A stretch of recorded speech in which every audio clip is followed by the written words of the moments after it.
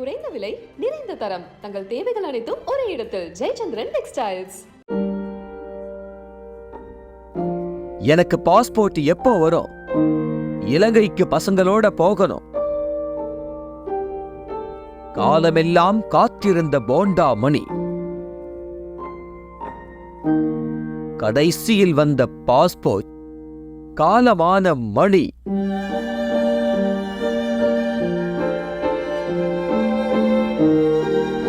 இறுதி வரை நிறைவேறாத அந்த ஒரு ஆசை.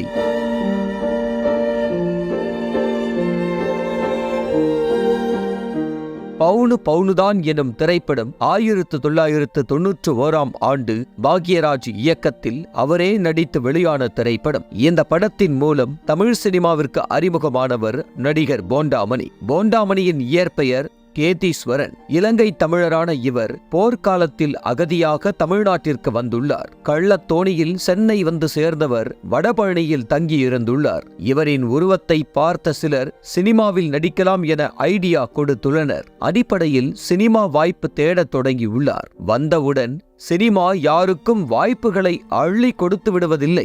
அதன் அடிப்படையில் தெரு தெருவாக சினிமா வாய்ப்பு தேடி அலைந்துள்ளார். இதோ அதோ என பலரும் அலைக்கழித்து கொண்டே இருந்துள்ளனர். சில இடங்களில் அவமானமும் கிடைத்திருக்கிறது.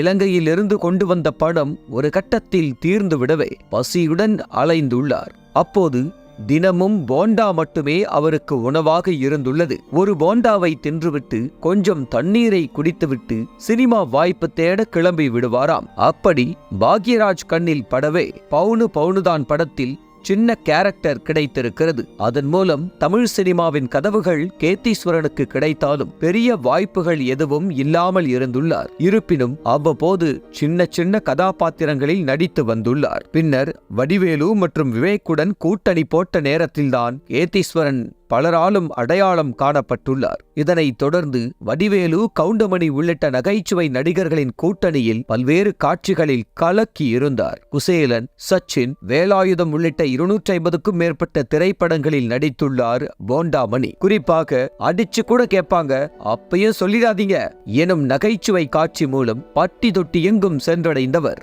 இவர் கவுண்டமணியின் தீவிர ரசிகர் என்பதால் கேதீஸ்வரன் எனும் தனது பெயரை அவர் பெயருடன் இணைத்து மாற்ற நினைத்துள்ளார். அப்போது சென்னைக்கு வந்த புதிதில் தனக்கு பசியாற்றிய போண்டாவை நன்றியோடு நினைத்து பார்த்த கேதீஸ்வரன் இனி தன்னை போண்டாமணி என பிரகடனப்படுத்தி உள்ளார். அதன்படி போண்டாமணி தமிழ் ரசிகர்கள் மத்தியில் மிகவும் பிரபலமடைந்தார். போண்டாமணிக்கு மாதவி எனும் மனைவி இருக்கிறார். இந்த தம்பதிக்கு சாய்குமாரி எனும் மகளும் சாய் எனும் மகனும் இருக்கின்றனர். மகள் சாய்குமாரி தற்போது கல்லூரி படித்துக் கொண்டிருக்க, மகன் பள்ளி படிப்பை தொடர்ந்து வருகிறார். சென்னை பொழிச்செல்லூரில் தனது குடும்பத்துடன் போண்டாமணி வசித்து வந்துள்ளார். கடந்த சில ஆண்டுகளாகவே பெரிய சினிமா வாய்ப்பின்றி போண்டாமணி அவதிப்பட்டு வந்துள்ளார். அதே சமயம் கிட்னி சம்பந்தமான பிரச்சனைகளும் வந்திருக்கிறது.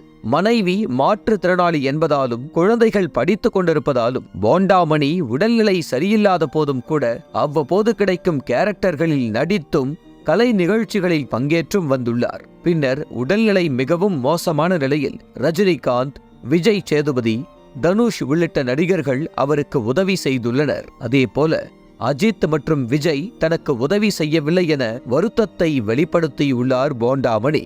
ஆபரேஷனுக்கு தேதியை கூறி பணத்தை ரெடி செய்திடலாம் என்றார். அவர் இறந்து விட்டார்.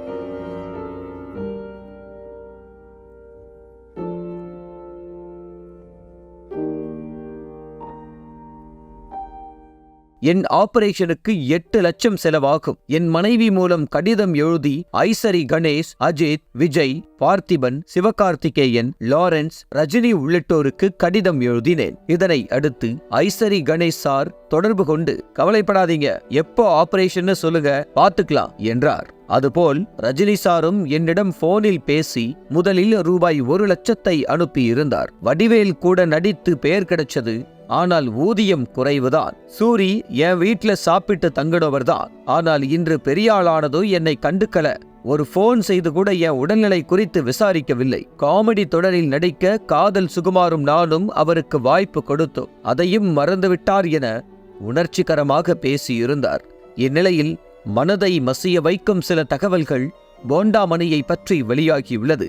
போண்டாமணி தீவிரமான எம்ஜிஆர் ரசிகர். ஆனால் எதேச்சியாக அவரது உடல் எம்ஜிஆர் நினைவு தினத்தன்றுதான் இறுதி மரியாதை செய்யப்பட்டுள்ளது. அதேபோல காலமெல்லாம் பார்க்கும் அரசியல் புள்ளிகளிடமெல்லாம் அவர் கோரிக்கை வைத்தது ஒன்றே ஒன்றிற்காகத்தான். தான் பிறந்து வளர்ந்த இலங்கையை தனது மகளுக்கும் மகனுக்கும் அழைத்துச் சென்று காட்ட வேண்டும் என்பதுதான் அவரது ஆசை. அதற்காக பல முறை வருட கணக்கில் பாஸ்போர்ட் விண்ணப்பித்தும் இலங்கை அகதி என்பதால் அவருக்கு பாஸ்போர்ட் வழங்கப்படாமல் இருந்துள்ளது. இதனால் தனக்கு வாய்ப்பு கிடைக்கும் போதெல்லாம் சந்திக்கும் முக்கிய அரசியல் பிரமுகர்கள் அனைவரிடமும் பாஸ்போர்ட் குறித்தே கோரிக்கை வைத்து வந்துள்ளார். 3 நாட்களுக்கு முன்புதான் போண்டாமணிக்கு பாஸ்போர்ட் வந்திருக்கிறது.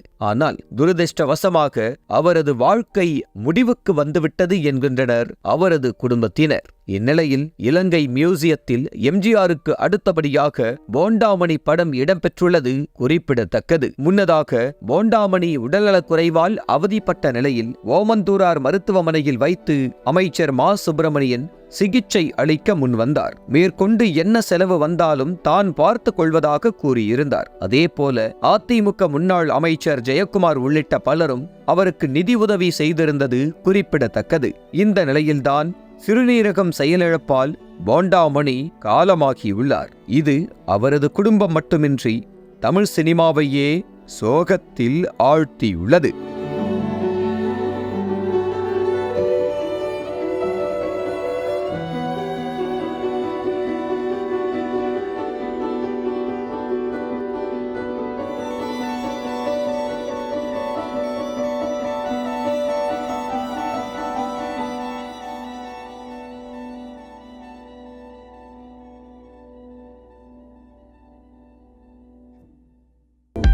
அனல் பறக்கும் செய்திகளை அப்டேட் செய்து கொள்ள நக்கீரன் களத்தை இப்பவே சப்ஸ்கிரைப் பண்ணுங்க.